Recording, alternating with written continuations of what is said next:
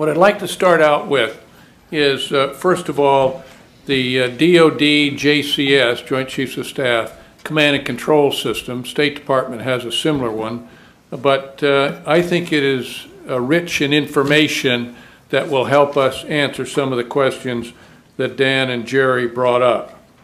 The key thing is, as former commanders, we always know when anything happens within 15 minutes or less, you must get out a OpRep 3, Operations Report 3 Pinnacle, which is the highest priority, which lets the world know that you've had an attack, you've had a major aircraft accident, in the nuclear case if something goes off nuclear. This is a flash message that gets out. And it goes to the National Military Command Center. It goes to all the combatant commanders.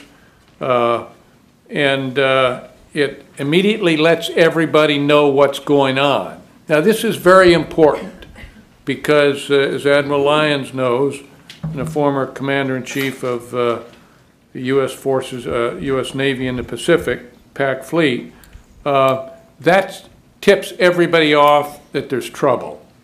And it's important that the Gowdy Select Committee gets in and gets these facts. Now, it's supposed to go out the fastest means possible. What they normally do is they pick up the phone and they call out, we've had an attack, we've had an accident, whatever it is, and we're following it up with a message. So you're probably going to get something to command centers, and remember we had a tactical operations center at the consulate there that was right next to the building that Ambassador Stevens was in. So the first thing I'm assuming, and they should have done, was pick up the phone and probably called either State Department or the embassy in Tripoli. Right away at that time, at 21:45, 9:45 in the evening, that should have alerted the world that something has happened. As it turns out, the actual State Department message, they don't talk about the verbal call, that reached Washington, D.C. was at 22:05, 20 minutes later. And these times are very important because it gets into what Jerry and Dan are talking about of could we have responded? Now, this is a treasure trove of information, and I do hope that Trey Gowdy and their group pick it up and go through it and subpoena it worldwide. Now remember, this was a State Department responsibility, but this information is disseminated, and you'll find that in every one of these command centers, these people are dying to come out and talk and tell America what the truth is. I can say that I was stopped in the parking lot of an Army-Navy country club by an individual that was a young man, but he was on duty in the Situation Room last night.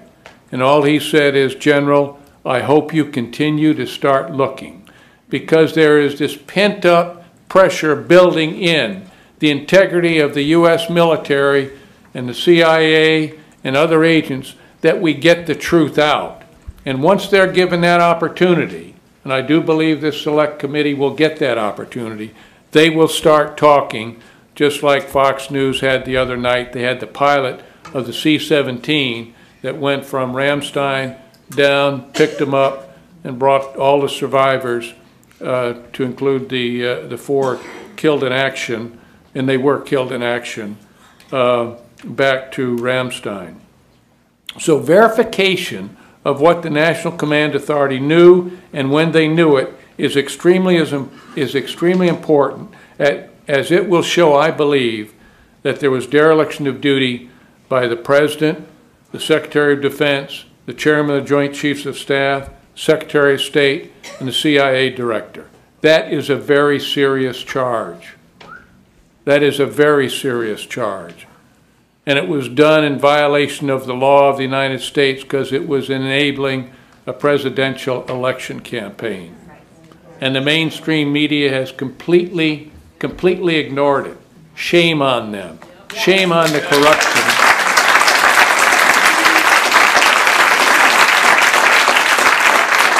America deserves better than a corrupt, mainstream media. Now, this sets the stage of what, let's talk about the military actions or the courses of action that we had available to us. It absolutely boggles my mind that we did not have pre-positioned forces in that area. Now, I know a lot about Benghazi, and I know a lot about Tripoli, because I was a commander when we attacked Gaddafi in 1986 on the 15th of April. But he had flipped. He was on our side. And it was pointed out earlier that we did something and we created a problem. And that problem then came to face us in Benghazi. We should have had more boots on the ground at the annex, at the consulate. Should have been there. We should have had pre-positioned forces, airborne, a Global Hawk, which can stay airborne 24 to 32 hours, takes off from an Italian base there, and it should have been airborne. We should have had airplanes airborne in the Mediterranean with tankers. F-16s out of Aviano, flying with tankers out of either Germany or Rota. So that's extremely important. We didn't do these things. That points to dereliction of duty. 9/11 is a seminal date in the Arab world and the radical Islamist world, and it's like we were asleep. What was going on? It's a normal day. Was that because of the election coming up and the saying that Osama bin Laden is dead, GM is alive? Were they portraying a narrative on us? I think we're going to find that out. But even more so, Zawahiri, the day before, 15 hours before, put out a videotape that said, we want to avenge the death of al-Libi, who was killed that June of 2012, by a drone strike.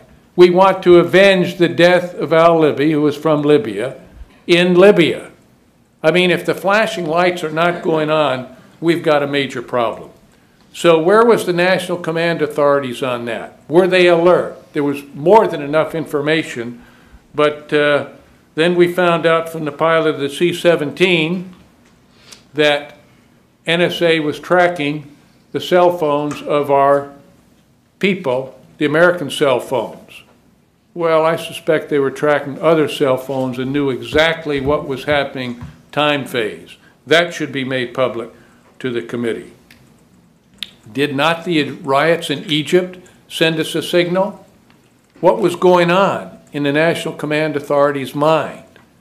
Now, the courses of action, once attacked, because we, I believe, were derelict in our duty at 21:40 that night, the Ambassador Stevens called Hicks and told him, his DCM, and told him they were under attack. So right away, everybody knew they were under attack. It was no video. He didn't say there was a video out there. He said we are under attack.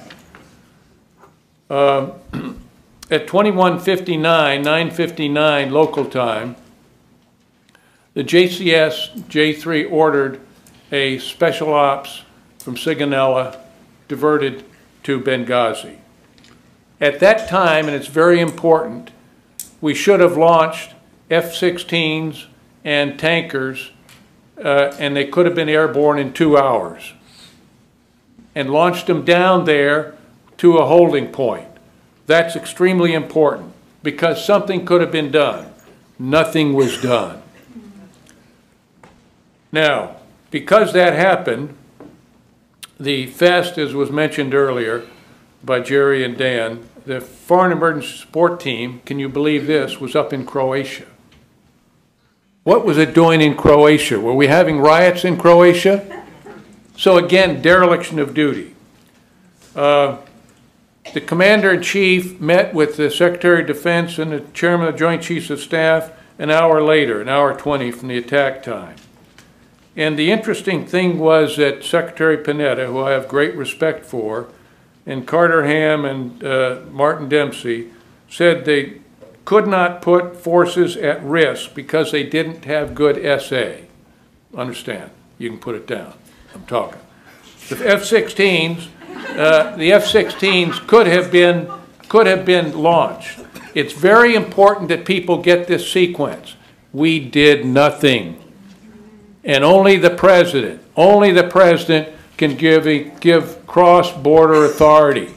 Why hasn't the mainstream media asked this question? Thank you, General. Tough job being a timekeeper. Okay.